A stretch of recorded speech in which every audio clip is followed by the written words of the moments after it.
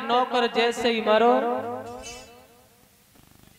सोई समझ गए, जहर तो पिलाया, कान पकड़ा और लेकर के चल दी। हम जिंदा तो नहीं छोड़ेंगे, एक काम करना पड़ेगा, या तो दुश्मन का नाम छोड़ दे या फिर मरना पड़ेगा।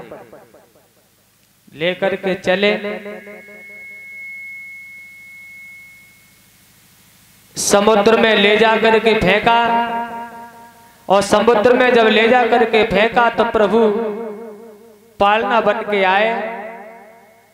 जो जल्लाद थे उनको बहा के ले गए, लेकिन प्रहलाद को पार पे फेंका और प्रहलाद फिर वहां से चल दिए हिरण्याकश्यप के पास के लिए। और जैसे ही देखा सोई बोले, पिताजी राम राम।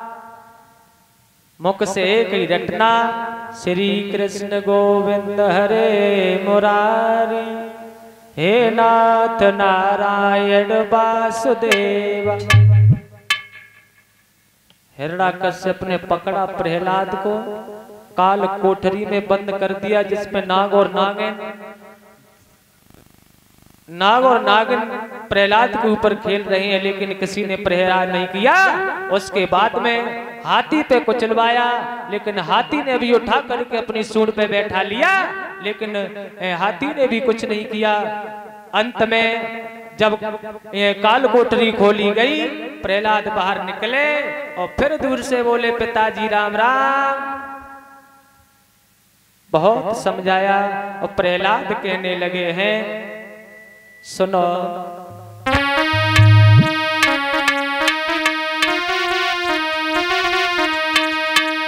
अरे राम रटना घन श्याम रटना,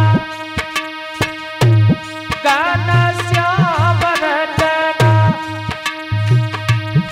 जा बेटा को लाग रही राम रटना।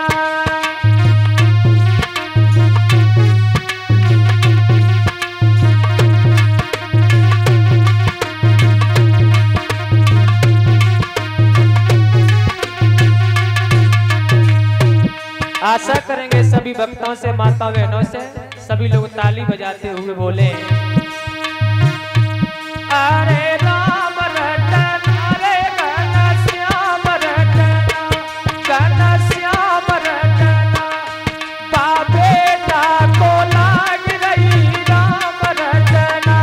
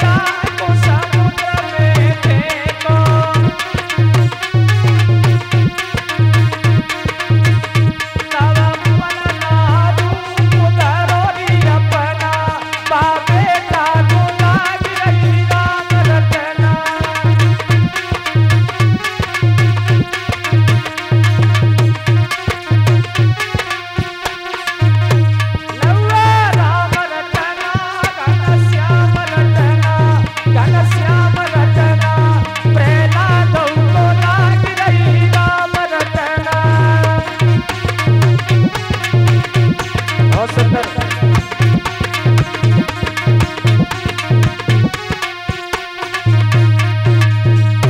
अरे जब बेटा को कुआं में डालो, अरे जब बेटा को कुआं में डालो,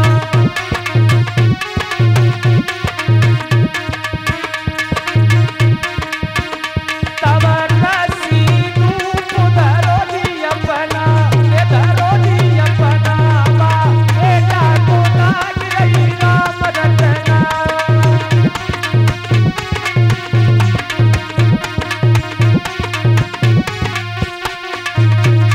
अरे राम रटना रे घनश्याम रटना, घनश्याम रटना, बेटा को लाग रही राम रटना।